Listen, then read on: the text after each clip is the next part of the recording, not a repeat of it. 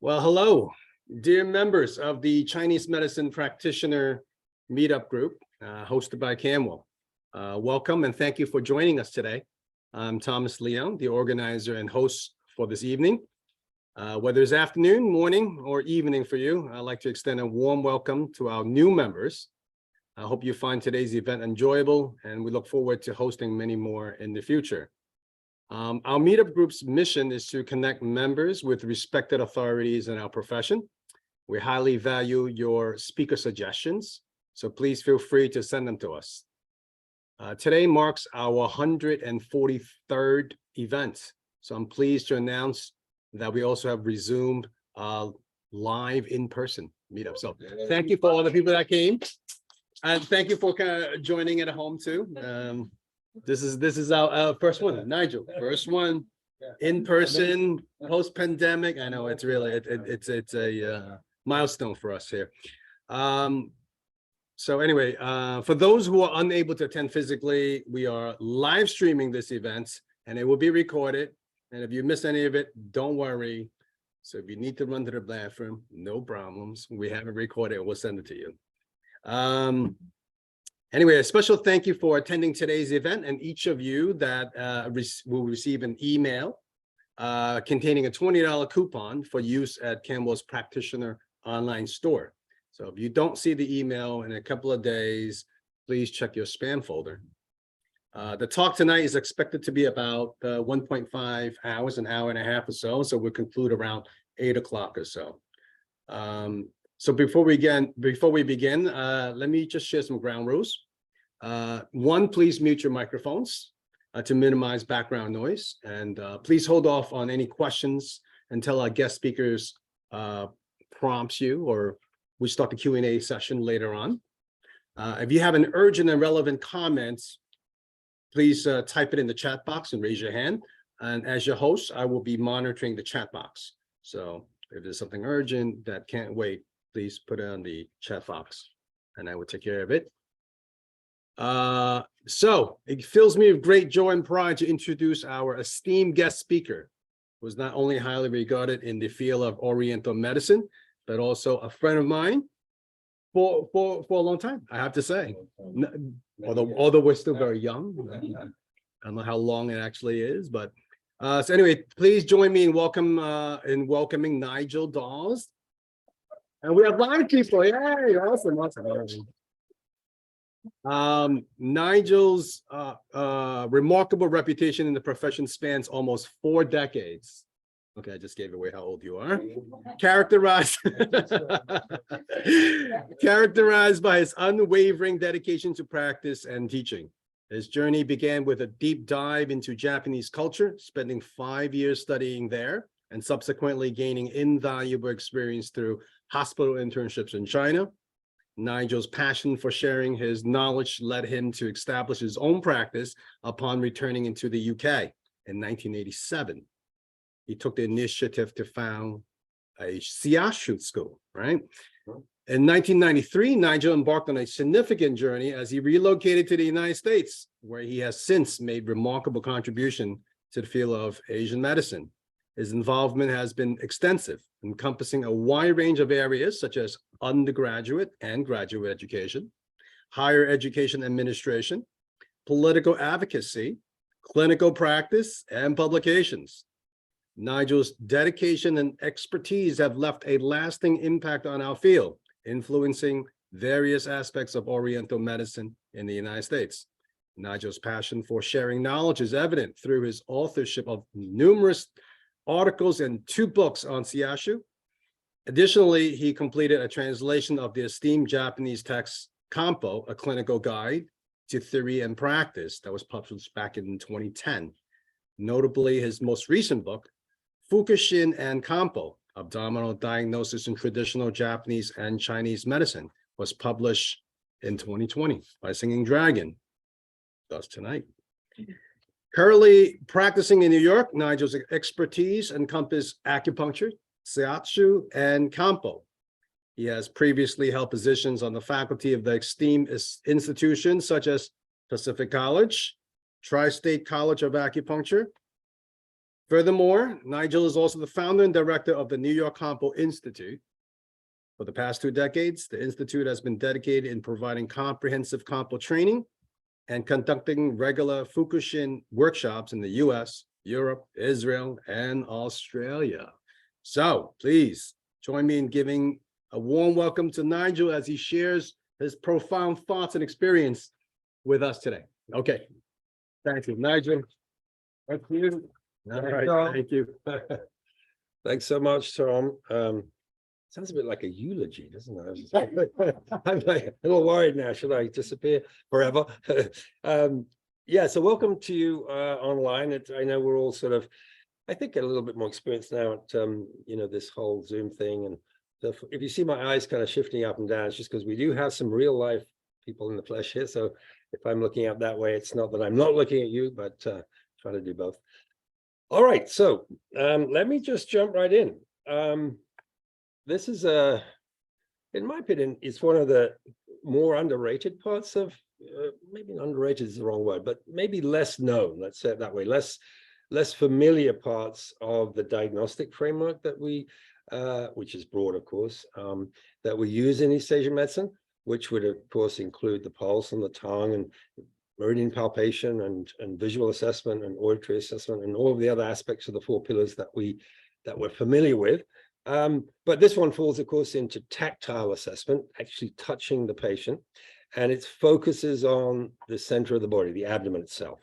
I'm going to start with a little bit of background history. I'll keep that short, and then I want to get straight into demonstration, so I can demonstrate the particular sequence that I'll say something about and contextualize for you in a minute, but also to do some interpretation. And the interpretation part is, of course, the juice for us as practitioners, in the sense that I'll be, in this case tonight, talking about herbal treatments and certain formulas that may or may not associate with certain abdominal findings. So there is a sort of practical component to this, obviously.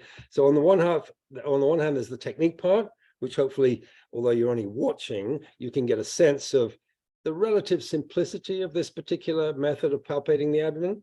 And then on the other hand, I'll be, as I say, pointing towards certain formula families, at least, that correspond to certain particular abdomen findings. All right, so that's what I'm going to try and do in the short time we have. I'm going to make sure I keep an eye on the clock here.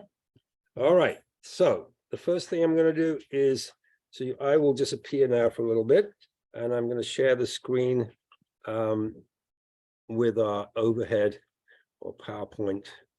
If I'm going to get this right, let me try that. That's that, and that should be that. Can we see that? Yeah, we good. All right, so here we go. I think this part you know fairly well already. It is indeed July the 13th today, which hopefully not an unlucky day. And we are, in fact, in Kamwo Herbs in Chinatown in New York as we speak. So I don't know how many of you are with me here now. How do I move on from there? Because I'm how do I get to the next slide? Normally it's normally it's an enter, isn't it? Let me just. Oh, you want to admit another person? Yes. Yeah. So we got to keep an eyeball on that. And present is where? Usually it's on it looks like a little podium thing. Usually you just put enter on the keyboard, right? It's like a little, no, it's not, it's different here. Strange, because normally it's just these keys. Yeah. Why Well, you kind of have to, there should Right, be like well, a thing that, well, wait a minute. Okay, let Control F? Oh, sorry. get Big Ray out here. I think we may have to, because Yeah, the icons, we will the icons are not we'll edit all this. the regular, the regular, excuse me for a minute, everybody, the regular icon which allows presentation is not appearing where it should be. So we're trying to, yeah, it's usually down here, but it's not here. Funny that. I mean, you could probably manually put up on each of the thumbs. Oh, Yes, right there. Is You that- you no, can, that's but not you want it to be the full screen. That's the thing. You want it to be the full screen. Our IT So normally it's right here. Normally the presentation icon is right here, but where would I find it? Oh, under There we go. slideshow. All right. Thank you so much. Yes, now we're in business. Okay. I can take those off again. Okay, back, here we are. So we're in Kamwo. It's July the 13th. We're getting excited. Thank you very much to Tom and of course his team here at Kamwo for hosting this event. It is indeed, what is it, 142, did you say? Something like that. So, you know, I myself have been blessed to do a couple of these before and seen and attended several. So it's a great initiative and I really appreciate it. I think we all do know very well how much Tom and his family and this particular institution has contributed to our medicine in this part of the world. So thank you very much for asking me along. Fuku Shin. So the term simply means in Japanese or fubu-jang, right? So it's a assessment or diagnosis, if you like to use that big word, of the abdomen itself. Interestingly, you may be familiar with that first character, fuku or fubu in Chinese. Japanese is an interesting language from many points of view. It uses as its sort of formative part, the classical Chinese characters, but it also has other aspects of phonetic language, the kana that they use in addition, plus, which is very different from Chinese, they have two readings of the same character, which gets complicated. For example, this first character, fubu, can be read two different ways in Japanese. One is fuku, which is familiar. The other is hara, which many of you probably have heard before. So that sound is the same character, but there's some nuances about difference. So I'm just start with that particular reference because fuku is a more solid, concrete, anatomical reference to the abdomen. So it's suggestive of an exam that it's going to be fairly tactile, in a tactile sense, fairly concrete. We're going to kind of roll our sleeves up and, we're going to tap and listen for things and sounds and texture of muscles and strength, right? Does that make sense? Like structurally concrete, as opposed to if it was read as hara. Hara is a much more energetic term. It has to do with the sense of, energetic palpation. So, for example, in shiatsu, we usually refer to abdominal diagnosis as hara shin instead of fuku shin. Or in certain of the acupuncture techniques or traditions in Japan that also use the abdomen in diagnosis, we would probably refer to it as harashin. So I'm going to expand on that a little bit later, that distinction between concrete, I would call them yin findings on the abdomen that relate typically to blood and fluids and substances of the body versus more energetic findings that of course refer to the qi. Relate to the qi, right? These are not separate, but they are distinct. And it's important we, because sometimes we confuse them all together, thinking that, we're feeling for the same thing. I'll give you an example. Oketsu in Japanese, that Japanese word you may have come across before, which refers to blood stasis, all right? Kiko Matsumoto Kiko, who's a pretty well-known teacher in America anyway, has an oketsu point. It's somewhere around left side kidney 16 in that area. But interestingly, she's using that term in diagnosis with reference to acupuncture treatment. In Kampo herbs, we also use the term oketsu, and there are different findings on the abdomen for that too. But that same term is not used the same way in those two traditions. And it has reference again, or relates to this thing that I'm saying about the difference between energetic findings and more concrete substantial findings. Matsumoto, for example, will demonstrate, and I've seen her do it many times, how you can free up the oketsu finding. In other words, free up blood static obstruction within a few seconds using certain needle points. Now, in my mind, the only way that's possible is that the meaning of that oketsu is a kind of obstructed flow, which is probably a vascular tension that if you let go, then the blood will flow, yes? If you can imagine the chemistry of the blood, if the blood itself is thicker and less yin within it, and therefore drier and not flowing well, I personally don't believe that you can free that up with a needle straight away.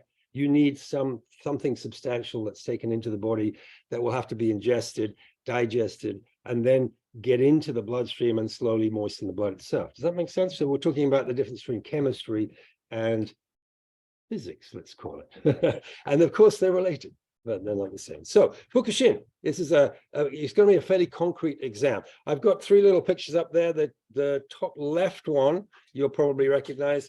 That's suggested, that comes from Misono in the 16th century Japan. I put that one up there because it's the first one. So this one here. It's kind of the first attempt at a more or less anatomically accurate abdomen description. It's not exactly so, but in other words, accurate to modern, what we would call then modern anatomy. As you may know, anatomical textbooks from Europe started coming into China and Japan in sort of the late 1600s, the early 1700s. So by that time, there was a kind of an encounter between ancient Chinese physiology and, or I should say anatomy, which is based on meridians, of course, and conceptual, energetic perceptions of the body anatomy. And then this modern anatomy that came in, and there was kind of this overlay. There was a bit of a struggle too, and there was like some people didn't like this. And what I can summarize from that is to say that the herbalists in Japan, and up until this day, were very happy and open to accepting the basis of modern anatomy into their practice quite quickly, whereas the acupuncturists in Japan tended to resist that. And that is really reflective of a very clear, distinct textual difference from the Han Dynasty onwards. And what I'm referring to there is the Shanghanlun, which is, if you like, the Bible of herbal medicine right the way through to now, still used extensively in practice, not just the Shanghanlun, but the Jingui with it, is, of course, a herbal text. Whereas the Nanjing, for example, the Nanjing is a little separate because it's more of a philosophy book in many senses, although it has the Ling Shu, the practical side to it. But the Nanjing, the classical difficulties, is essentially an acupuncture text. So just to summarize that bit of history for us, what I'm saying there is Nanjing thinking, or we'd call them Nanjing school, all the way through to modern times. And the Nanjing talks about the abdomen extensively, by the way, and its use in practice, belongs to the energetic way of perceiving, palpating, and interpreting the abdomen. And that's why it belongs to the acupuncture systems for the most part. Whereas the Shanghanlun, which refers to abdomen findings extensively all the way through the text, is sort of wound up inside of herbal formulas that are applied, which are not energetic, they're very concrete. So from the very earliest time, that distinction between the two parallel, developments over 15 to 1800 years of our medicine have coexisted, but have also remained distinct, in my opinion. So it's important from my perspective not to necessarily confuse things when we have a patient on the table, we're palpating the abdomen. It's important to think, what am I palpating for? Am I looking for shu and shur? Am I looking for excess and deficiency, whether I'm defining that as meridian-based or organ-based, in such that I can make an interpretation or diagnostic assessment that will allow me to tonify or reduce or harmonize or whatever in terms of the movement of qi? Is that what I'm doing? Or am I trying to feel concrete, substantial changes in the abdomen that can only, in my opinion, be rectified properly with herbal treatment? Because those two strands are connected, and sometimes we combine treatments together, of course we do, but sometimes they're distinct. Some patients will need one or the other, not necessarily both. And sometimes one is preferable to another in terms of hierarchy and sequence, right? So that one, yes, almost anatomically correct. The central picture there comes from a text in 1800, written in 1800 in Japan, and I bring it in there because it's a textbook. It's the only textbook, actually, to my knowledge, in the entirety of East Asian medical literature. And that's a statement. Literally the only textbook that is completely dedicated to the art, practice, and interpretation of abdominal palpation with regard to herbal treatment. So it's called Fuku Shin. It was written, as I said, in 1800, and it influenced Kampo in the last 200 years enormously. Most of the formulas contained in that text are related individually and specifically to certain abdomen conformations or presentations, and most of the formulas are from the Shanghanlun itself. Yeah, so that's a clear herbal text, if you like. And on the right, you may notice that's rather simple picture of the abdomen: fire, earth, water, and then wood and metal, of course, comes from the Nanjing. So again, I'm trying to demonstrate here: middle picture herb related, left picture more acupuncture related, and right picture also acupuncture, in the sense of energetic assessments of certain areas, which is what was, excuse me, presented in the Nanju. I'm sorry, I came back from Europe a few days ago and I seem to, I'm just getting over something. Hopefully nothing too much. I did COVID test, so it was negative. So, all right. Thank you so much. Yeah. So I'll pause for a moment. What I've tried to start with is to suggest, or just to remind us that although I'm going to introduce you to an abdominal palpation method here, this one is specific to herbal tradition, and there are many other systems that belong either to acupuncture or to body work. And although they may appear to be related, they're not always exactly related, and they're not always looking for the same kind of information. So it's important to sort of keep that in mind. So this guy, Gonzen Goto, is the credited as the father of what we call the classical school in Japan. Now, this is the beginning of the 1600s, so the beginning of the Edo period. So fairly late on in the development of Chinese medicine as a whole, but it was a very significant period of time. Some of you may be familiar with Japanese history.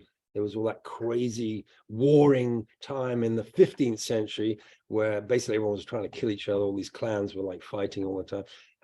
There's lots of movies made about that period. And Japan was a mess, a real mess. Like, yeah, people were dying all over the place. It was poor, impoverished, and not a very stable environment for anyone in any walk of life.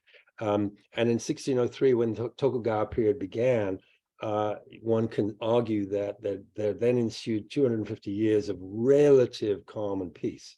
And if one thinks about it, culturally speaking, if people are not fighting each other and killing each other, there's a lot of time, energy, and money available for other things, right? So that was a period of time we often look back in Japanese history and think that was an incredibly productive, fertile period throughout all levels of culture in Japan, from about 1603 to the middle of the 19th century before modernization.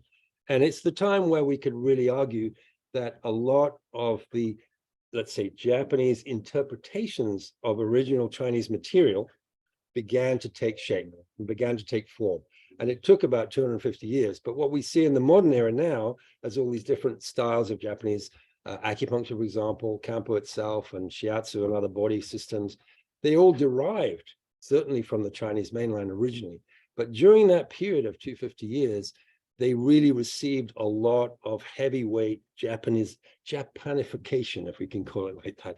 And a lot of the characteristics and hallmarks that we see in the modern times that appear to make them, in some cases, very different from what's practiced in mainland China, only occurred during that time. And that was true of Kampo. So what happened with this classical school was there was a revival in Japan of a harking back to the Shanghanon itself, and a kind of almost like an idolization of that textbook and the use of it, because there was a feeling that the medicine was moving into a too theoretical a direction, basically, which might, I don't know, ring some bells for us today in some way. So this movement, this classical movement began in the 1600s to try to bring things back down to very concrete practice. And that's when the abdomen started to get brought back into practice in a very concrete way, because, you know, if you think about it, it is a very practical, no nonsense approach to, you know, you feel this, you do that, basically. It's like very direct. So the Japanese were very into that. Interestingly, at a parallel time, which would have been the Ming Dynasty in China, another 200 or so year dynasty, very important part, very important development in Chinese herbal medicine in China at that time. But they weren't using the abdomen so much. They were concentrating much more on the pulse and tongue and so forth. So that period of time, I think there was this divergence between the two cultures in terms of which aspects of diagnostic indicators became more prevalent.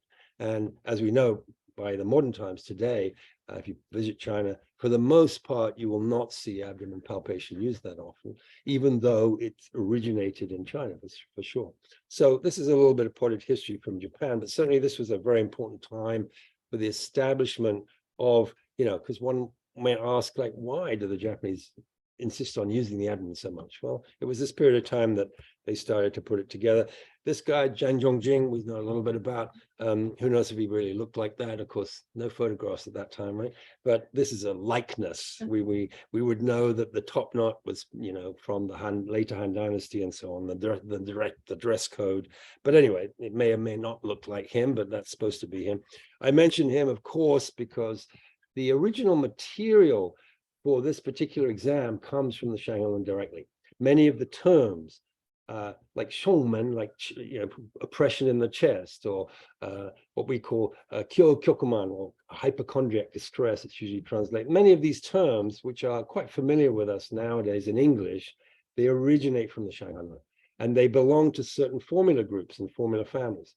However, and this is an important point with regard to crediting the Japanese culture for their contributions much later on, Jan Zhongjing in no way made any attempts at any theoretical construct for explaining the abdomen, or, you know, if you see this, you do that. He just, as you know, that text, after 3 days, when the pulse is there, then Tang, that dominates, or that masters the situation. It's a very practical, no nonsense, no theory, no explanation text.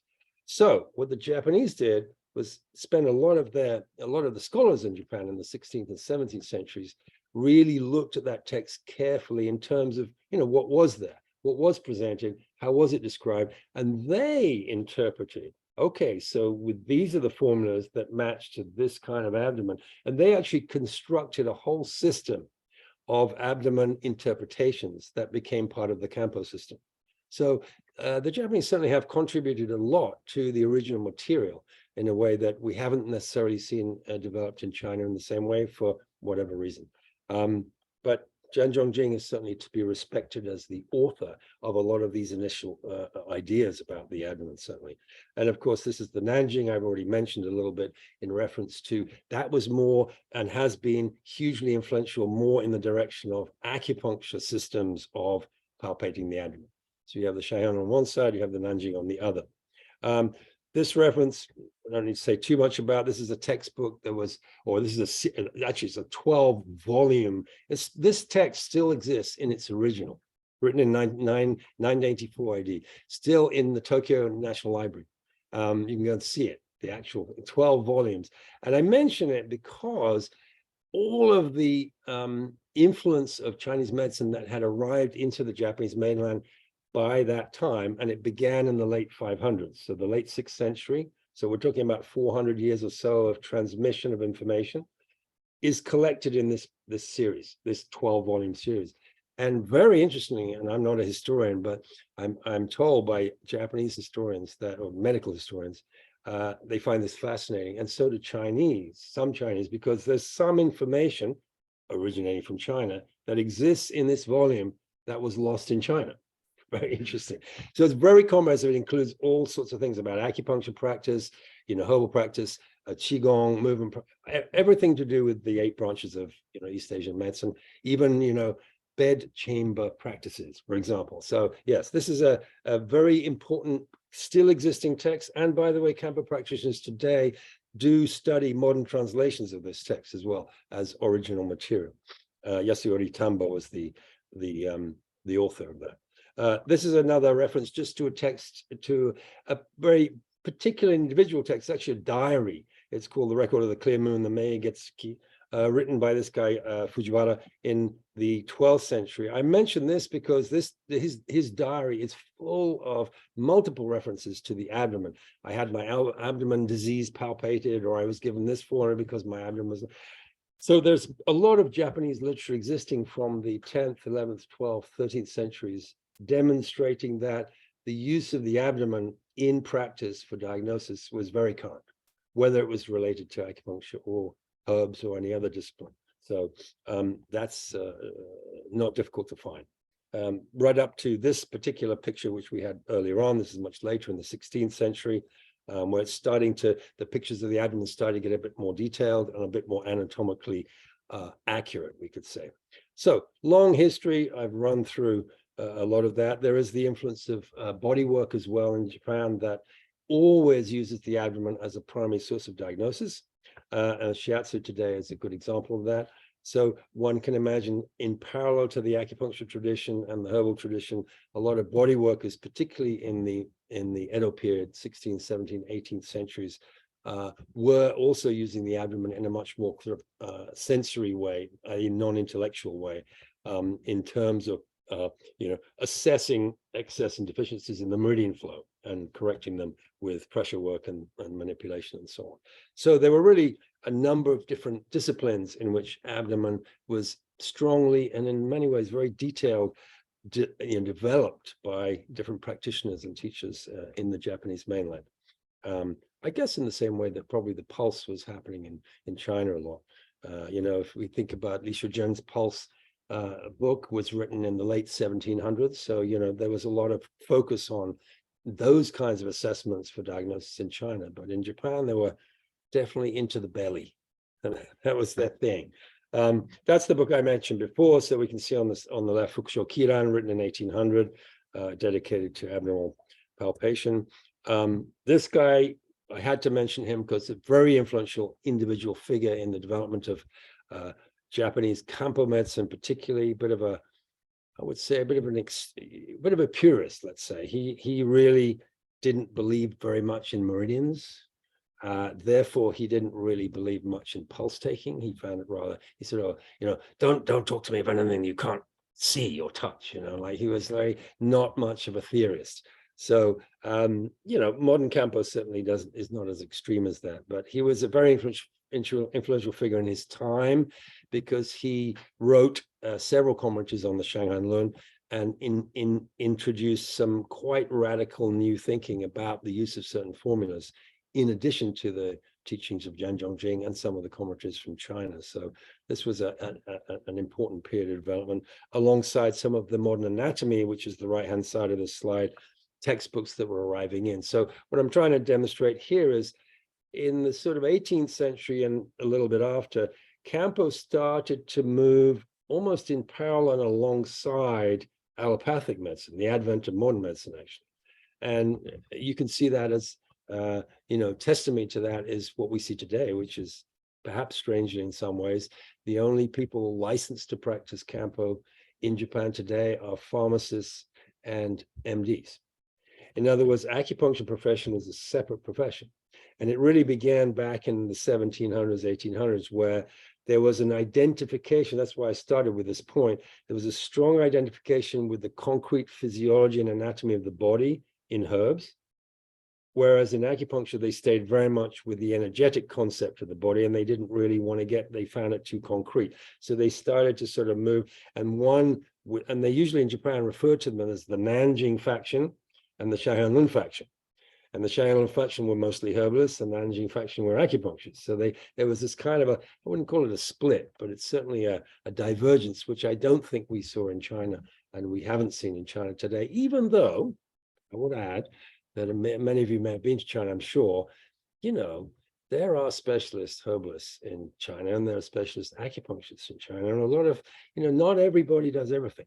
Very much not. And certainly there are specialist Tuina people in China, and the hospital departments have their own departments, right? So it's not entirely, I think perhaps, without getting too political, after 1948, it would certainly, it would certainly appear that the prevailing political establishment would like to have imagined that everything was all, connected together. But in fact, these streams of practice, although they are linked by a common theory, are pretty distinct in many ways. I think in Japan, they're more distinct and they're more clearly distinguished, which is worth saying. I did want to mention this. Practice. How are we doing on time so far? 9. 7 or 9. Thank you. I have a couple of textbooks here. So this is Dr. Otsuka. I mentioned him because he's a very influential figure in modern Japan, 20th century Japan. He's long dead. He died in 1980, but he single-handedly, not single-handedly, along with some of his colleagues, I would say didn't deviate from, but he was one of the first people to acknowledge that Japan was moving too quickly, in his opinion, in sort of disposing of traditional medical ideas. So though he was a Western trained doctor in the 1920s, he was smart enough to notice that herbal medicine had a real place in his mind in current, practice and healing of the nation. So he, along with others, radically advocated for the retention or keeping the herbal practice in Japan. So he's a very influential figure. This is one of his texts. This the only one that's been translated. He wrote 10 books actually, but in his lifetime. This is originally written in 1956, but it's a basic sort of Kampo text, and it's one of the few that we have in English, translated by myself and my esteemed teacher, Gretchen de Soriano. So I wanted to mention that. But that gives you a window into the sort of transition into the 20th century and the 21st century, where there was a sort of struggle initially between this modern medicine and old medicine. How do they work together? And he was one of the few people that actually helped integration, very much so. He gave up completely the prescription of any kind of drugs. And although he worked in a hospital setting, he only ever prescribed herbs in his practice. So interesting.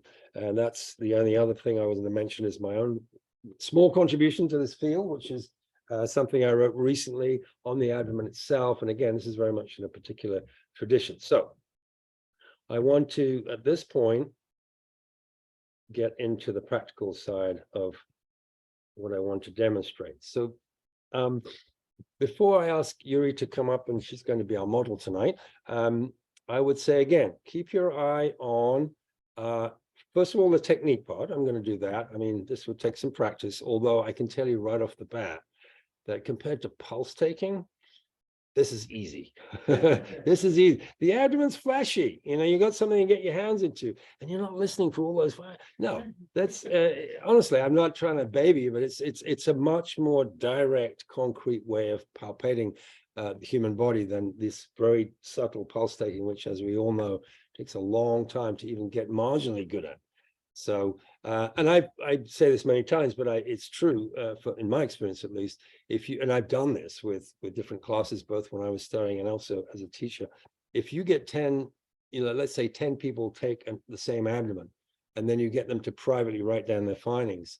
If you get the same 10 to take the pulse and write their findings down, you will find a lot more consistency in the abdomen findings. I think, seeing a lot of smiles out there, but, which doesn't mean pulse taking is not, obviously, pulse taking is enormously useful, but it is a very fine art, and there's a lot of subtlety to it, and there's a lot of room for error. And so in that regard, the abdomen is pretty handy, particularly if you're interested in assessing basic constitutional strength. How strong is this person really? How much yang qi do they have? How much flesh, how much yin do they have? You can feel that in a second from someone's abdomen, actually. So yeah, there's a lot of, confidence building in diagnosis with palpating the abdomen, I would say, and that's useful to know. So, but I will say that what I'm about to demonstrate is a particular technique that even within the field of herbal medicine is only one style. I mentioned the Kohoha, the classical school. It belongs to the classical school. There are other styles of abdomen palpation, believe it or not, in herbs in Japan. So I'll situate it that way. The interpretation, and this is the last thing I want to say before we start, is distinctly different from acupuncture or bodywork interpretation of abdomen findings. What do I mean by that?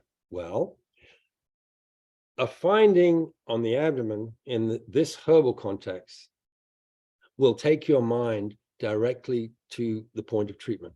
What that means is each finding will belong to, such and such a herb or such and such a herb family or an actual formula. Does that make sense?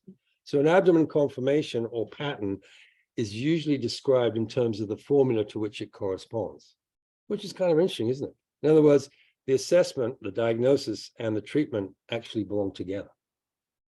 Usually in the acupuncture systems that I've studied that use the abdomen, and certainly in shiatsu, there's a little bit of a gap between the assessment and then the treatment strategy, right? In the sense that, you feel this on the right-hand side, that might be liver jitsu or liver excess pattern in terms of energy. Now I have to think about, okay, what I got to work on the liver meridian, right? So you're moving from an assessment or diagnosis to a treatment process, not necessarily one and the same.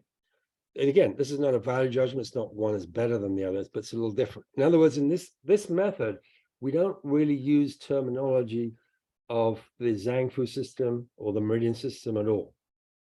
We don't say, oh, we find this, oh, that's the liver. No, we find this, that's Chaihu. All right. We find this, that's Bansha. Right. Does that make sense? We'll get to that. It's a sort of very direct method, actually. I wish it were that simple, but sometimes it is. Yuri, could I ask you to come up?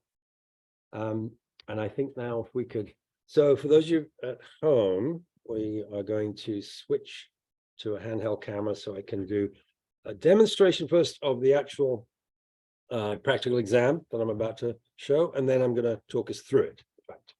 Okay, thank you. But you can't be here. Yeah, you please come on up if you want.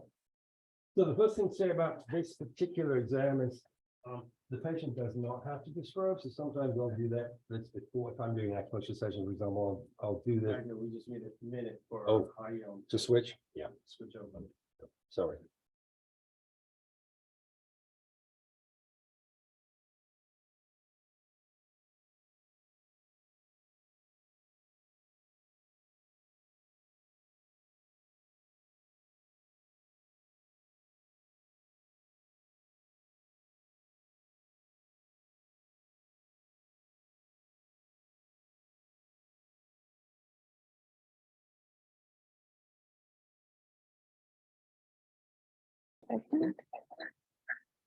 You're gonna show it. Open up. I muted.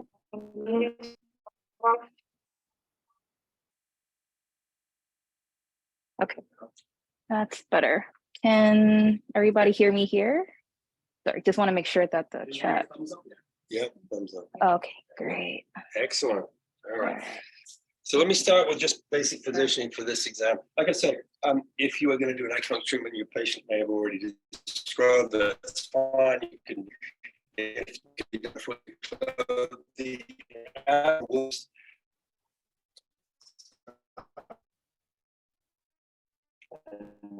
We need to the we need pretty much.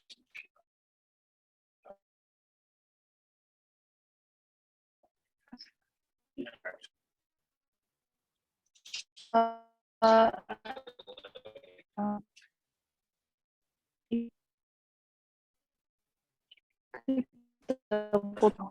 I'm saying next point.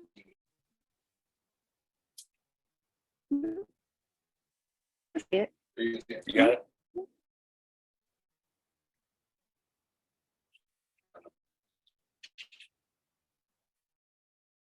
Okay.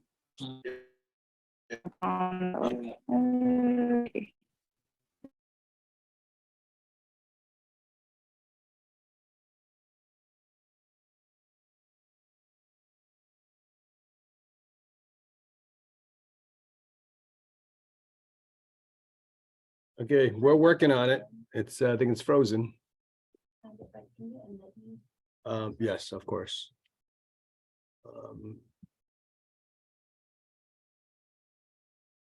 There you go.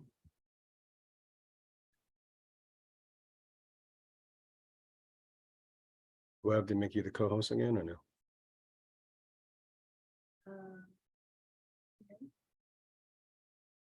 There she is.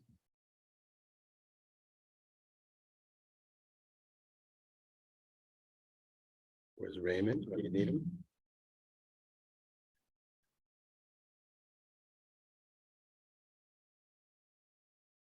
Okay, co-host. Yes. The video still frozen? Is the video still frozen? Or are we good? Could someone unmute and let us know? Frozen. Still frozen? Yeah, we can only see you, Tom. Diane? Yep. As far as I can see it. I can't hear Diane actually. Oh. Oh, here, let me turn on the volume. Give me a second here. Okay. Hi, Diane. Hello, we can only see you. You only can see me. And can hear you real clear. Okay, so let me, Let's just turn the. I would ask you to Camera on. unmute. There you go. I will unmute. Oh, I think you just have to pin the right person. Micah, where are you? You could have been here and helping us. I know, um, I just got a whole big thing scraped out of the side of my face. Oh, okay, all right, you're excused. I, All right. I didn't realize it was a live thing too. Oh, it is, it I'll make is. sure, I make sure to be in person next time. Okay, thank you. That's definitely where the magic happens. All right, so I just admitted you now. And it's connecting. All right, so now I will unmute you. You can unmute yourself or? Yeah.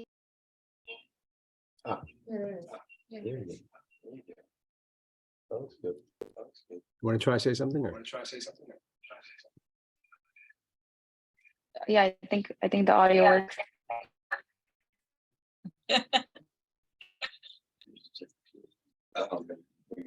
Diane, thumbs up. You can hear. But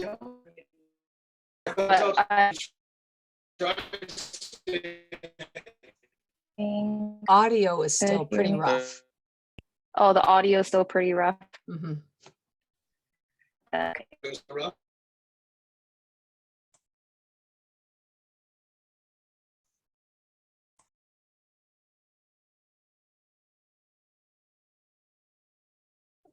How many PCOM students does it take to get this right? And I will mute the camera. And keep the. Yeah. I'm gonna mute the speaker here, right? But only the audio. Or we should have audio and, okay, so we, Just laggy, the camera. Would it be possible to just hold the computer? For this I think we may have to just turn. the computer around. All right, we're gonna have to try to turn the computer around. Let's do that. I might suggest to use The whole podium, so. your Yes. computer as the audio and then use the video separate. And then just to bring it maybe, yeah, like that. There we go. You have to be on the other side. That. Let me turn the audio back. I mean, the speakers. I wonder if you can see that, maybe I can come this way a bit. Because I'm gonna stand here. Is that gonna be possible? Is that okay, everyone? Or we have to. You can hear okay too? Yes, looks good. All right, there we Screw go. that side. Do you think? Want to move the whole thing Do over you think there? it'd be better? If you're gonna be standing. I'm gonna be staying this Sure. side. Yeah. Yeah, sorry.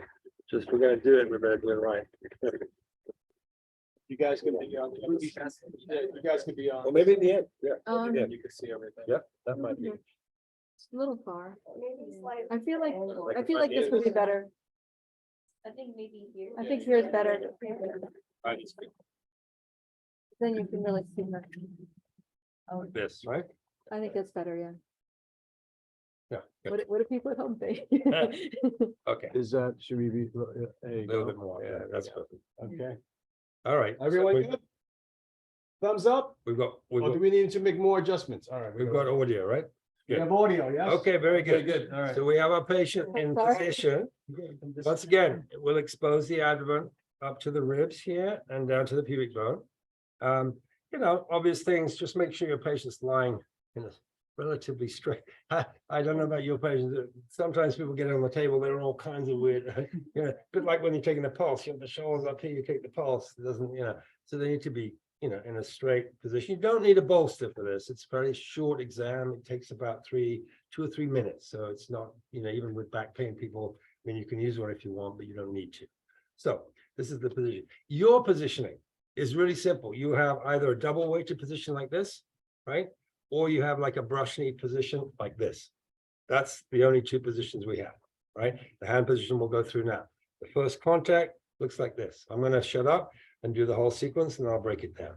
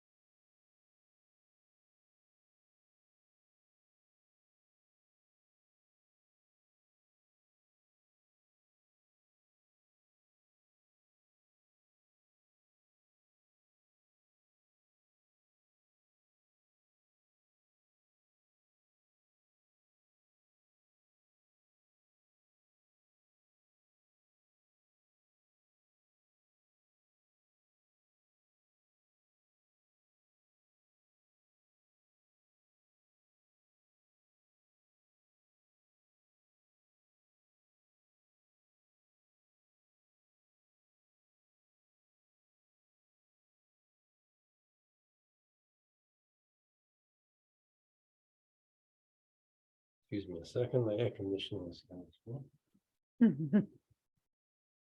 So, all right, so that's the exam. Pretty simple, isn't it? One big swoop, right? I think you can see logically it's fairly anatomically, from superior to inferior.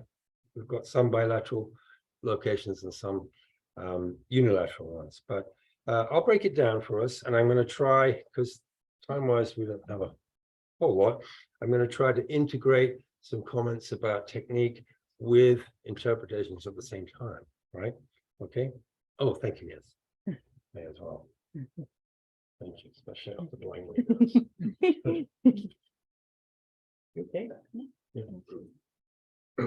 So that first touch, main thing is finding your own position, centering yourself, take a deep breath, sink the dantian, and let your hands come into contact with your partner. That first touch is really not intentional or not, let's say, investigatory. Try to keep an open mind, a bit like the, 1,000 miles, like that, don't be looking yet. So even though this is going to be a diagnostic exam, that first touch is really kind of a hello. Keep an open feeling and don't apply too much pressure yet. So you're really just letting your partner get a sense of your touch, get a sense of the balance between yin and yang, and you're feeling their breath a little bit too. So you might wait there for 3 or 4 cycles of their breath until you feel like relaxed a bit. So that's not really part of the exam itself. It's just that first connection, right? That's fairly straightforward. And it's done in the brush knee position with equal pressure on both hands. Remember not to lean over your partner. That's very uncomfortable, right? So your downward pressure comes from sinking the dantian in a vertical plane, right? You're not leaning over. So place the hands, take a deep breath in, and sink.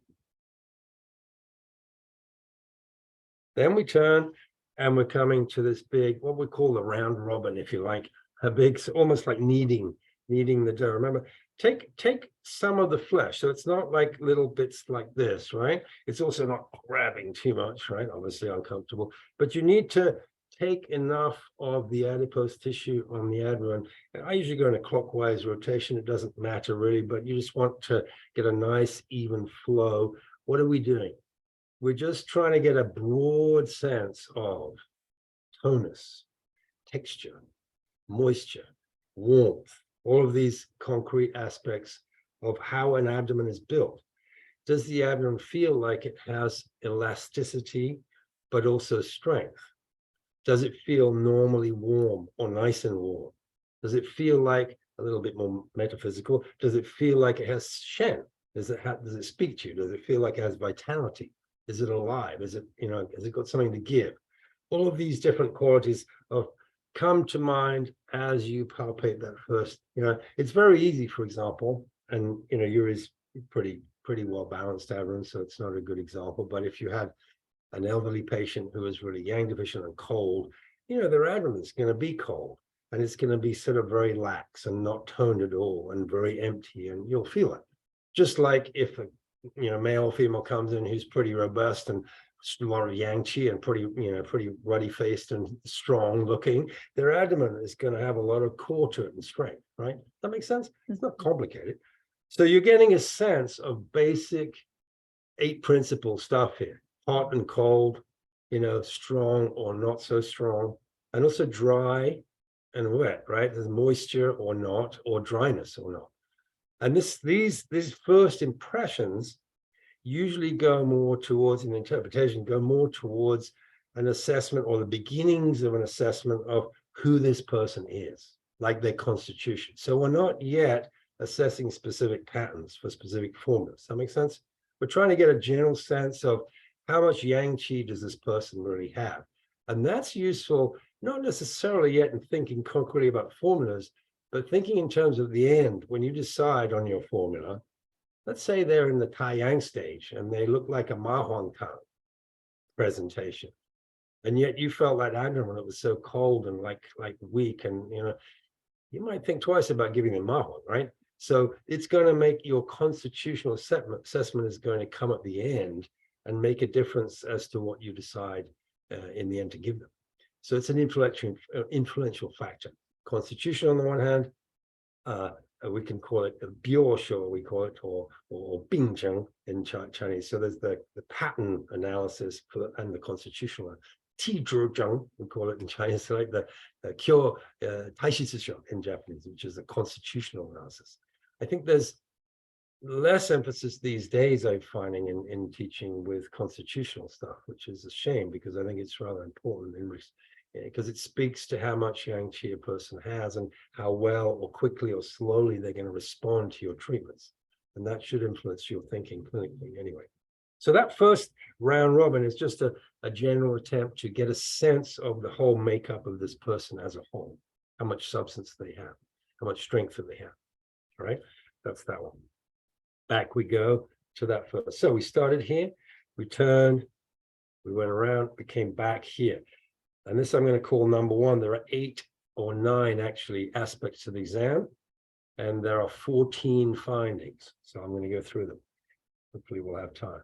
This is the first aspect of the exam, and we ride up into the, so I'm around about Ren 15 here, and I'm more or less 45 degrees with the active hand. My yin hand, my support hand stays on the, not too much on the acromion, on the pectoral region here, get some support here. So up we come, and we're palpating up under in the epigastric area. So this is what we're going to call exam, or part of the exam number 1.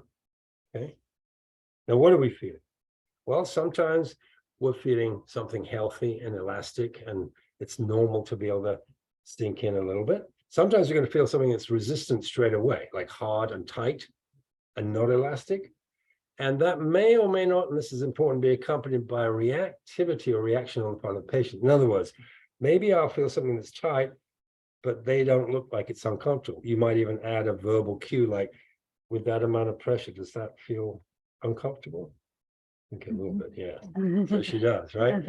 Why am I adding that verbal cue? Because subjective versus objective is important because there's a difference. So for example, if I feel that area tight and she also feels, as she does, it's uncomfortable, we call that a subjective and objective epigastric finding. Does that make sense? In other words, I'm feeling it tight and she doesn't like it. There are times where I won't feel it tight at all. It kind of feels a little spongy or soft, or, you know, but she still doesn't like it. Oh, that feels like a, we call it in Chinese that way, a pi, like a glomus, right? A stuckness, right? And that's a sensation, a subjective sensation that the patient may have. But when you're pressing it, it's soft. It doesn't obstruct you. Those two interpretations are very different. The one that obstructs you and she doesn't like is a Bansha finding in herbal medicine, in Kampo system anyway. And we think about Bansha families in regard to that. One would corroborate that very quickly with, oh, if it's really a Bansha finding, where would the first place you would go to come before you ask questions? Where would the first quick place to go if you were thinking of a Bansha family, like one of the Sheishintan groups? If you found that and you thought, oh, that makes me think of Bansha, it would be an observational site. Because in that group of formulas, patient always has a tongue coat, right? Does that make sense? Yeah, because it's an excess pattern, isn't it? Of obstruction there, of actually TCM would call dampness. Again, in Kampo, we don't go into all these interpretations. We just say, oh, we find that, and she doesn't like it, and it feels tight. So I look at her tongue straight away. Okay. Then after that, if she has a coating, I'll start asking some of the questions that belong to those family formulas. Loose stool, fullness here, fullness after eating, sometimes reflux like nausea, and a pulse that may or may not be slippery. You know, these are things that you'll add on. That makes sense? On the other hand, if I press that, this is not the case with Yuri, but if I pressed that and it was soft in the epigastrium, but the patient still didn't like it, in other words, a subjective glomus full, that's a Renshen finding.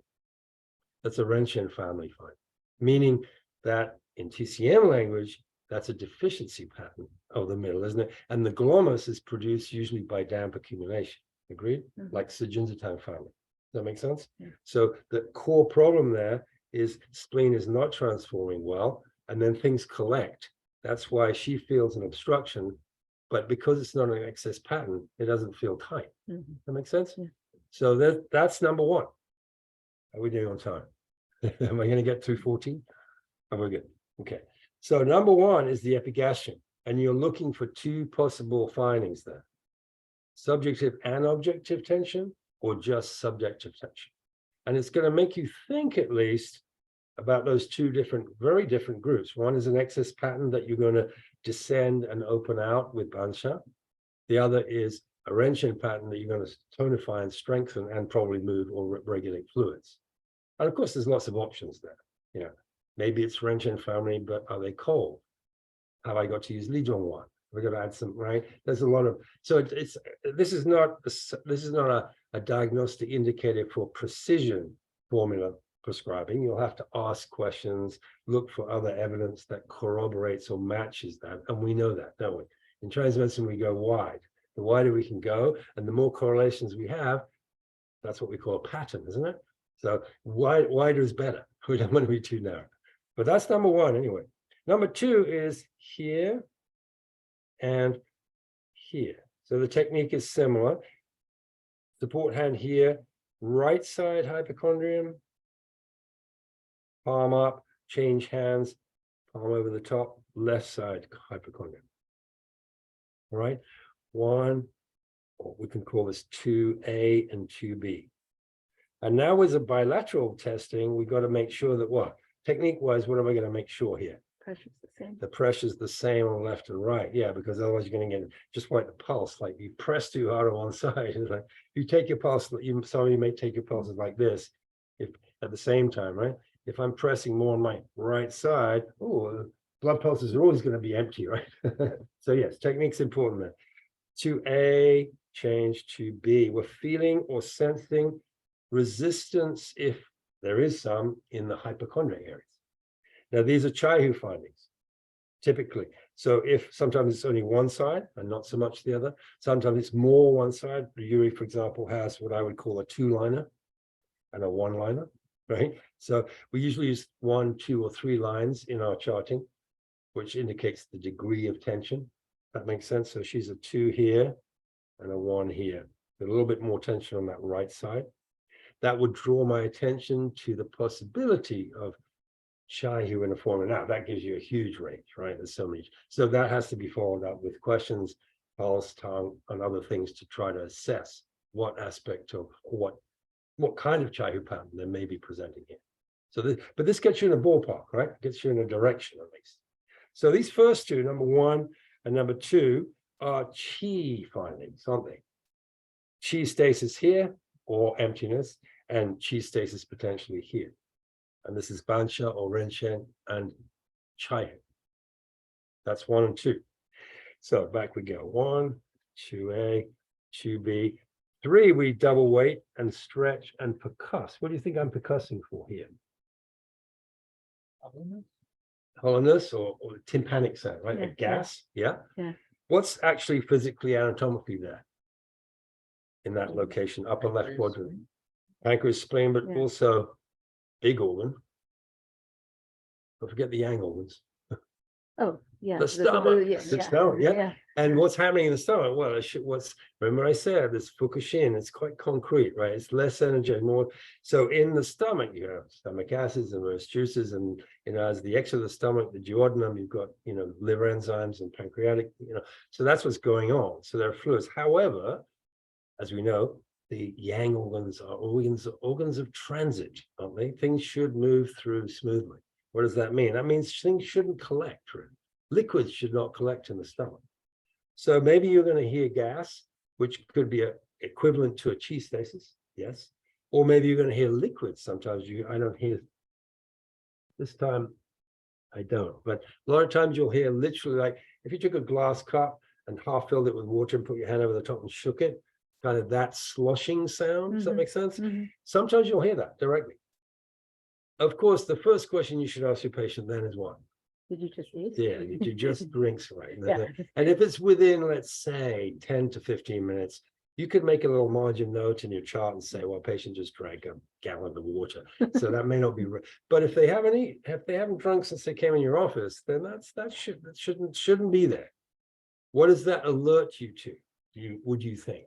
If you hear water, what could it make you start thinking about diagnostically?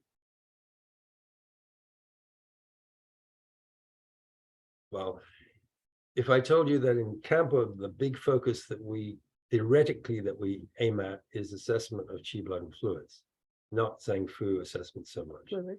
So it gets a little simpler, doesn't it? That's a fluid finding. Yes, fluid pathology over time can relate to phlegm, but it doesn't necessarily, right? Early days actually are lesser known, but I think it's still taught in the schools, right?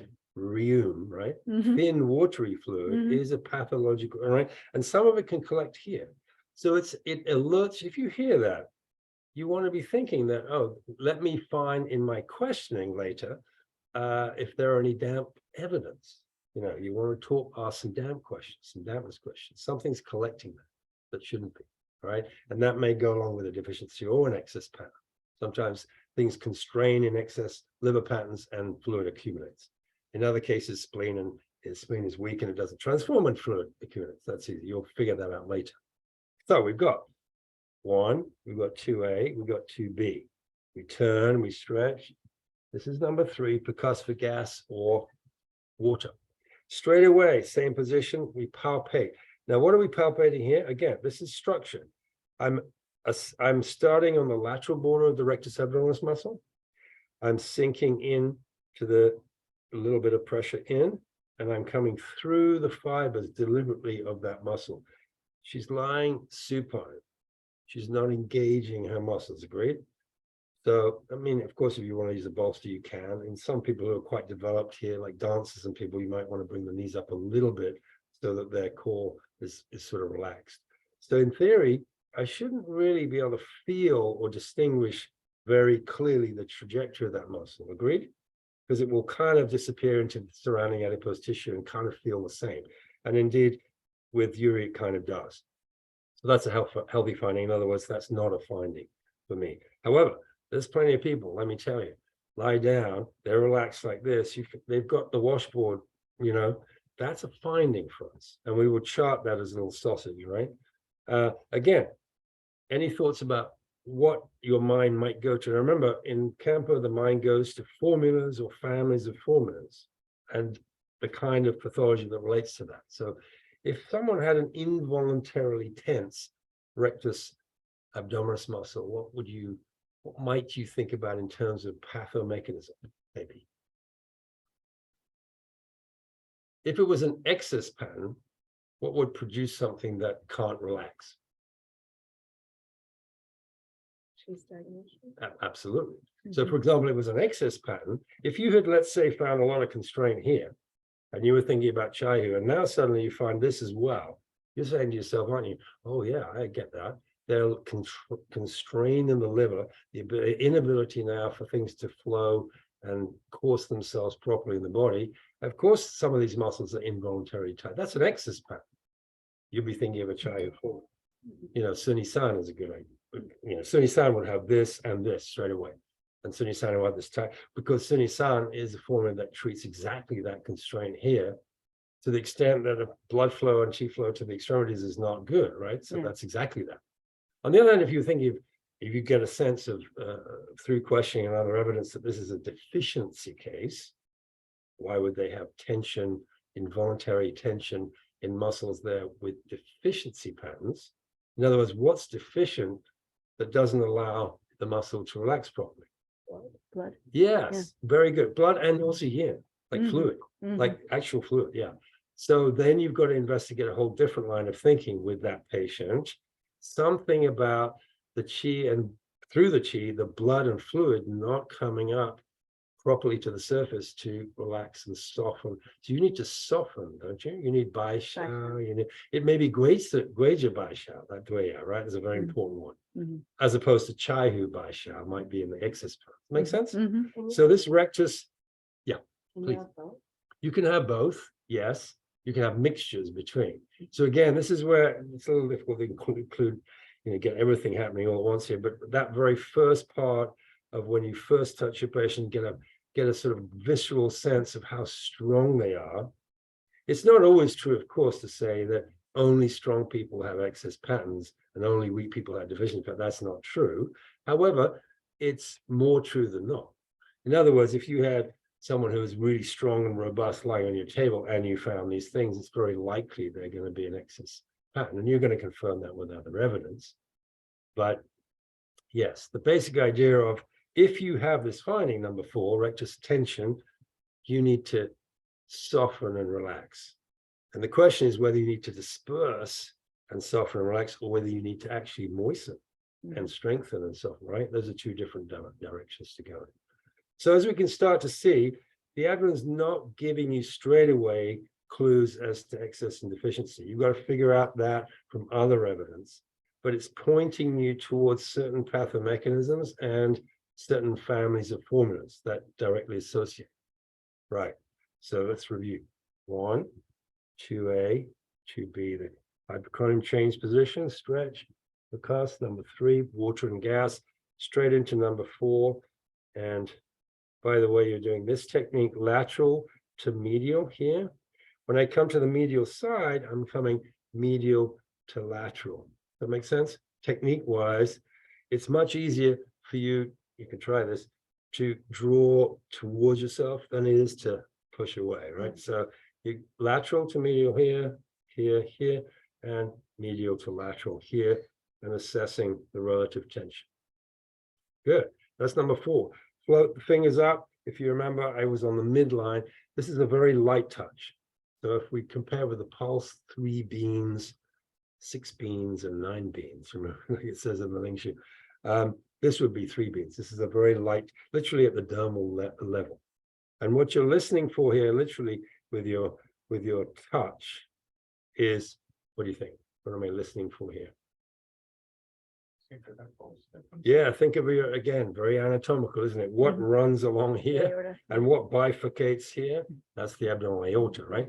So we're listening. Now, hopefully it's beating somewhere, right? But in all of us, there's a reason why a very, vital, basically life-preserving artery is well protected way down. It's almost deep to the spine, right? The anterior spine. And there's a lot of adipose tissue and muscle around it. It's well protected. So if you, with light pressure, you should not be able to detect a pulse. Not really.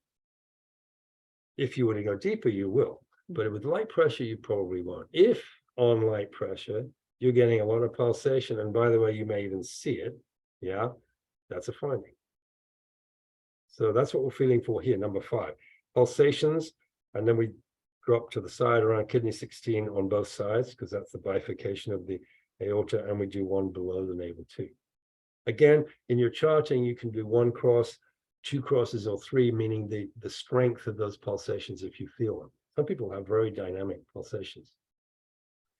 Just as an aside, if you've got someone who has really wider than an inch, you might want to send them in for a sonogram, right? They have yes, you don't want to have people have an aneurysm on your table, but that's rather, rare. But elderly patients sometimes have that. So Uri has a little bit of it, but not very strong. Pulsations. Okay, if you're detecting them at that surface level, which we shouldn't normally be able to detect them, again, what's your thinking? Why would there be pulsations coming right up like that? Again, there's an excess answer and a deficient answer. What would they be? Have a guess. First of all, are they chi blood or fluid signs? Mostly chi. In and of itself, it's a chi sign, isn't it? Because it pulsates, it's a movement of, right? So why is the chi so surfaced like that? Not enough blood. Either there's some yin structure, yin substance below that's not exactly right. We usually say it's the yin chi, actually. The nutritive chi is weak. Those patients are very thin and tight and not well nourished and underweight. And they often have these pulsations because the yin level is not strong enough to contain, or practically in modern anatomy, we would say there's not enough adipose tissue to actually contain the artery down there. So you feel it very easily. That's a deficient patient. And we're actually going to nourish the yin level with formulas that contain substances like yitang, for example, xiao jian zhong tang, those jian zhong, build and construct, right?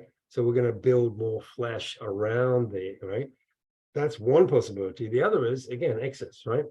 Too much or very dynamic chi that's kind of stuck, you often get that strong. So let's give another formula. Chai hu ja long mu li tang.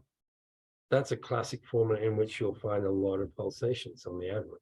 But that's an excess pattern of liver chi constraint engendering a lot of counterflow. So actually these pulsations, I'm sorry, I'm not always looking at you. People have these pulsations are reflective of chi counterflow actually.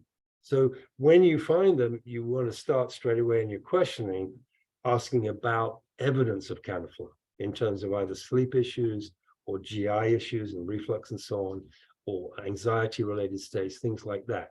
And then all you've got to do is to try to figure out, oh, does this seem like more of an excess pattern? Do I need to sedate and bring down an anchor? Or can I nourish and expect that counterflow to settle because now I'm nourishing them? What's the herb that we think of that nourishes the chi and settles counterflow? It's in all the books. You might be forgiven for not thinking of it straight away because all the literature about that herb first is always about the Tai Yang and the yin and the wei and harmonizing the yin and the wei. Yes, a major function of Guizi is to settle counterflow. And how does it do that? It only does it in deficiency counterflow cases, right? So there's so for example, Guizi Jalan Mulita is a character. There's a classic formula that we use for a lot of pulsations here with insomnia, agitation, so on in deficient patients. Yeah, makes sense? Going through a lot of information here, but how are we doing? 7:53. All right, so 1, 2A, 2B, turn, stretch, and listen. Number 3 for gas and water. 4A, we'll call it, is the rectus that side. 4B, the rectus this side. And midline pulsations. Good. We're almost there. Now we got down to here, so we're going to call this unkindly the dragon drop, meaning that we're going to assess the tonus of the far side lower abdomen and drop into the midline below the navel. And we're going to get a sense of this area below the navel on the midline as to whether there's a kind of obstructive feeling there, which is less common clinically, or a little bit of an emptiness, almost like a diastasis kind of a feeling, emptiness there. Okay, the empty ones, I think there you can use your TCM understanding to imagine how Kampo would assess that. You know, if this is, and Yuri doesn't really have that, she has the beginnings of it. It's a little empty, so I would definitely chart that as a kind of little, we call it parenthesis. If you could feel like you're on the way to Australia, right? Like really almost palpating the anterior spine, in fact, because of the location anatomically below the navel, which system do you think we're associating it with, that finding, perhaps? I mean, kidney. Yeah. Again, we don't necessarily think about organs and Zhang Fu stuff, as I said in Kampo, but the empty finding, we would certainly think about formulas that contain both yin and yang tonics for the kidney. So Jingwei Shenqi would be the obvious example, but there could be more of an emphasis on yin. Oh, excuse me, like Liu and One and so on, or more of an emphasis on the yang.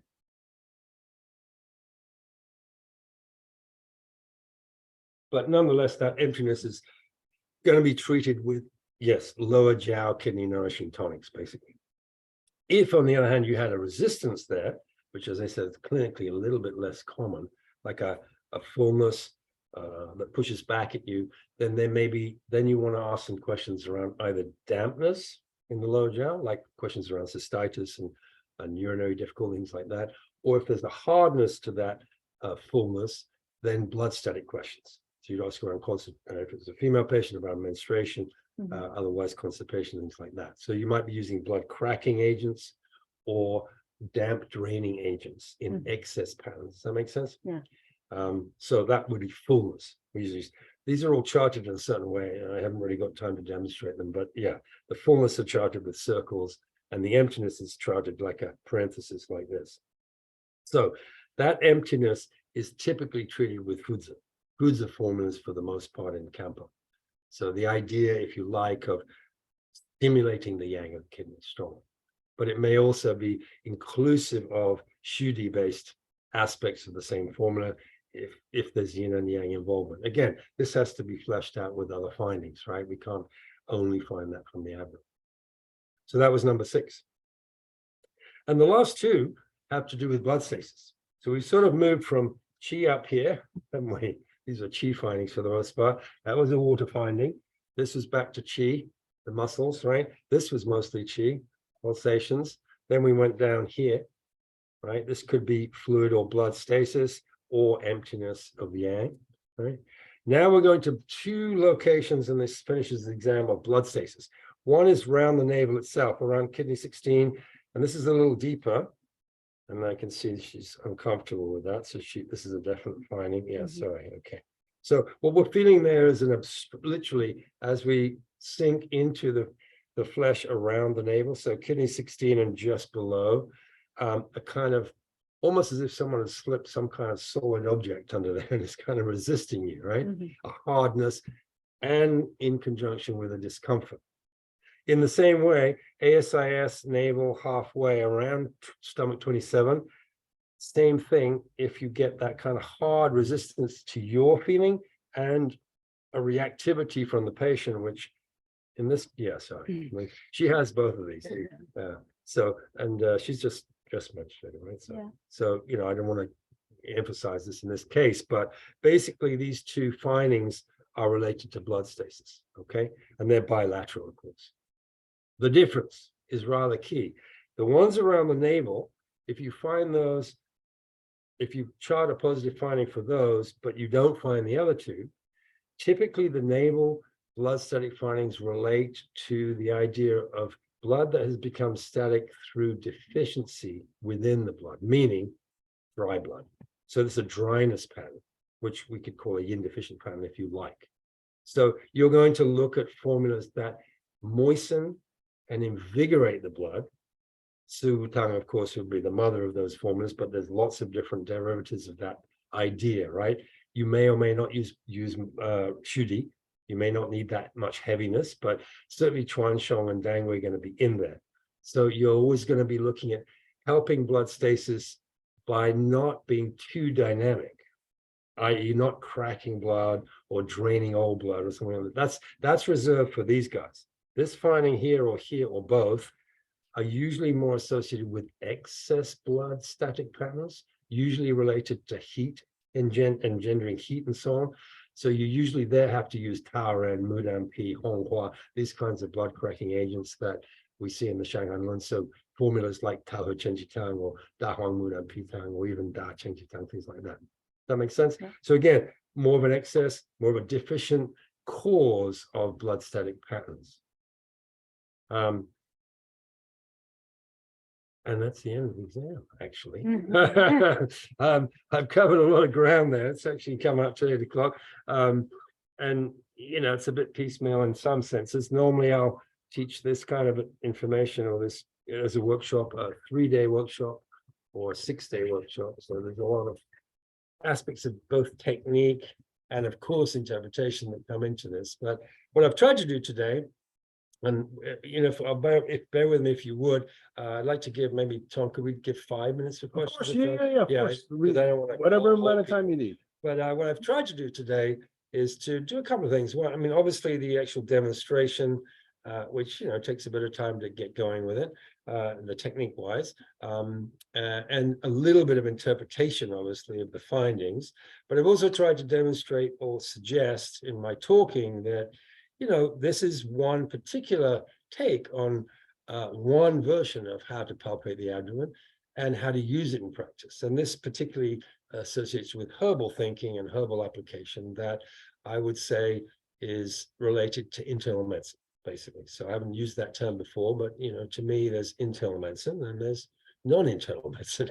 And I don't, you know, I think in Western medicine, you know, internists are sort of regarded as gods. You know, they say, I don't see it that way. And I think even in our own field, maybe correct me if I'm wrong, but sometimes there's a bit of a hierarchy, you know, in terms of, you know, the herbalists. And so I don't really think about it that way. I just think it is different. You know, sometimes you've got patients with problems that are internal problems, and they're probably going to need herbs. But you have a lot of people with structural problems and back issues and all these bread and butter things we see with acupuncture. And acupuncture is brilliant at that, as we know. Also psycho-emotional imbalances. Acupuncture is like very subtle and very quick. So there's each discipline has its focus. But I think what I've tried to do is make it clear that don't mix them all up. You know, they have their different traditions, and they have slightly different ways of thinking, and they don't always cross over. So, for example, you might find this in this system, say to yourself, well, I'm thinking of a Chai-Hu formula. Doesn't necessarily mean it's a liver pattern. Does that make sense? Mhm. That's what I'm talking about. And that's tricky. If you start to make it all fit, it doesn't always fit. Or you might say to yourself, oh, I'm finding that, so the pulse must be wiry. It may not be. And millions of times I find blood oketsu findings here, and the tongue is not purple, and the sublinguals are not swollen. Mhm. Right, so that you can't always make it all fit. So try to sort of keep to one system at a time anyway. But this is a good moment, I think. Thank you very much, Yuri. Can put you back together there. Thank you. You're right. Yeah. Thank you, Todd. So I don't know, should I look here? Yeah, you can just look over here. So hi, back to those of you at home. Thanks for staying with us. We've got our group here too. So I don't know if there were maybe any quick questions that anyone would like to ask, and I'd be happy to try and answer them, or just comments anyway. Yes, please. Sonia.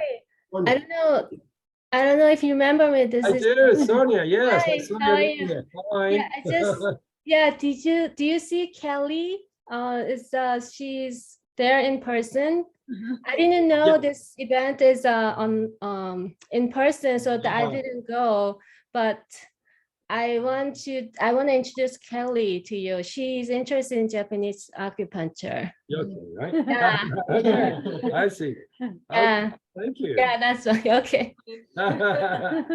Good to see you. I want to see you in person in the future. Yeah. Yes, I know, Yeah. in person. Yeah. Okay. The education, you know, it's a Latin word meaning to lead out. You know, how Mhm. can you lead something out if you don't connect with someone in person? You know, that's pretty hard. So yeah, education is in person. Okay. Yes, please. So do you yourself do this for an herbal take? And then do you have a separate one for your? Yeah, that's a really good question. I do. Okay. So in order to not become too schizophrenic, that's a great question. Sorry, Nigel, can you repeat the question? Yes. to you? So the question, as far as I understand it, is in my own practice, just in a practical session with a patient on the table, you know, when and how do I use this? And do I use other methods of palpating the abdomen for other disciplines like acupuncture or shit? Yes. And the answer is this: in practice, patient lies down. First thing I do is take the pulse, and then I set some needles based on the pulse findings alone. Now I will have done an intake, I will have done some questioning, obviously, but so what I'm trying to do there is assess energetics, basically, what's happening in the 6 position pulses, what's happening in the 12 meridians, and try to influence the flow of chi. So I'm not thinking about internal medicine at all at that point. And I find that works for me, because otherwise I'm already starting to get a bit confused. Those first round, my acupuncture sessions always have 2 rounds of needling. So the first needle set come out, I'll check the pulse again for changes that I'm looking for. Then I'll palpate the abdomen for the herbal assessment. So it's only halfway through my treatment that I'm starting to actually think with my herbal hat on about prescribing herbs. If I've at that point thought that this patient maybe is a good candidate for herbs, they may not be. They may have come in with straightforward back pain. I'm working on a meridian-based approach to treatment, and I'm not going to give them herbs. In which case, I just keep going to my second round. I'll do my cupping or my, heat stuff, and I'll include massage or shiatsu with that, and that'll be the treatment. No herbs, yeah. But if I'm going to assess for herbs using this system, I'll do it halfway through a treatment, typically. The reason is because I don't want to mix my energetic thinking with my internal medicine thinking. For me, that I get a little confused doing that. But everyone will find that, yeah. There is a system, or there are many systems of abdominal palpation for acupuncture too, where I sometimes use, like where it's a very light touch, stroking the meridians, usually in the same direction or against the direction of the flow. And you're looking for what we call indurations or kori, or little nodules, or what they call accumulations and things. This is in the flow of chi in the meridians themselves. And often when we find those, we actually needle them directly. sometimes with scattering techniques for dispersing accumulations, other times with holding techniques for bringing chi, right? So there's all that stuff too, which belongs to acupuncture. Different, yeah. Fantastic. All right. Anybody else have any questions? Oh, I have a question. Yes, Tom. I do. I think this is a practical question. Do you have any guidelines for your patient? Like, do they have to evacuate their bowels or before not the to, exam? right before the exam, Yeah. or not come after you have a meal? Not come after you have a big meal is a basic one. Yeah, they don't Okay. have to necessarily. I mean, if you encounter impacted bowel when you're in the exam, then you know that you could ask that question, or maybe you haven't had a bowel movement today, so that just helps you on this. Or if they're menstruating, then usually I leave it alone, the abdomen alone, if they're in the sort of first couple of days of menstruation anyway. But yeah, no, it's a good idea not to have a big meal beforehand, because that will influence things a little bit. It's interesting, some of the findings, let's say pulsations, for example, which is in a sense the most subtle of the findings at the lightest and most superficial level, these may well change within the time of one treatment. So while the patient's on the chamber, you come back to the end, they may have settled. And that to me is confirmation that they're pure chi findings, actually. That you've actually, or even just the fact they're lying there for an hour, right? But also the needle work, whatever you've done, that's evened out, which is the same with the pulse, right? Certain things change. However, again, back to this idea of the difference between qi versus yin, i.e. blood and fluids, those things, if a person comes in with a red tongue at the beginning of treatment, it ain't going to be less red at the end of that hour, right? It's not, because that's heat and it doesn't just change. Same with the abdomen. Think of the abdomen and the tongue as quite related in their respect to yin versus the pulse, which is all about yang, actually, in that sense. So that's why the pulse is super effective at assessing quick changes, right? That's why in the Shanghai Lun, the pulse was reserved for the assessment of the Tai Yang and maybe the Xiao Yang Yang Ming, because that's where change occurs quickly. So the pulse was super effective at picking up changes in, within a few hours. But the abdomen will be helpful with chronic disease, chronic internal changes. But yeah. All right. Any other questions? No? If not, Nigel, maybe you can finish by letting us know how we can find your books. Oh, sure. Well, don't go to Amazon. No. You can find them on Amazon. Actually, I'm serious. It's really nice if you go to the publisher, because they also have their online presence and they're not more expensive. They may not have the delivery time of Amazon, so you have that. But it's nice to go direct to the publishers. The publisher of my book and actually this book, which is the translation of Dr. Otsuka's text. These are both published by Singing Dragon. So you can go literally singingdragon.com and pick up those books. They also have other books on Kamwo too, which are interesting. But yes, Amazon also has them. So, all right, great, thank you. And thank you. Thank you. So we're gonna put a link to the email, so you'll have a link to the publisher. And did you want to mail this Recording presentation out? Yes, we will. We're You gonna can- send you can a do. You copy can do. of the recording out. And thank you for being patient with us with the technology. This is our first live stream, and it's a little rough, but I promise next time we'll get it straightened out for next time. Anyway, so thank you on you. behalf of the meetup group. Thank you, Nigel, for your time and the work that you've done for our profession. So all right, the next one I think is in October. We're going to take August off. Actually September. We're going to have the next meetup. It'll be posted soon. And hope to see you guys then. Okay, thank you and have a good night. Thanks a lot, guys. Bye-bye. Thank you very much, everybody.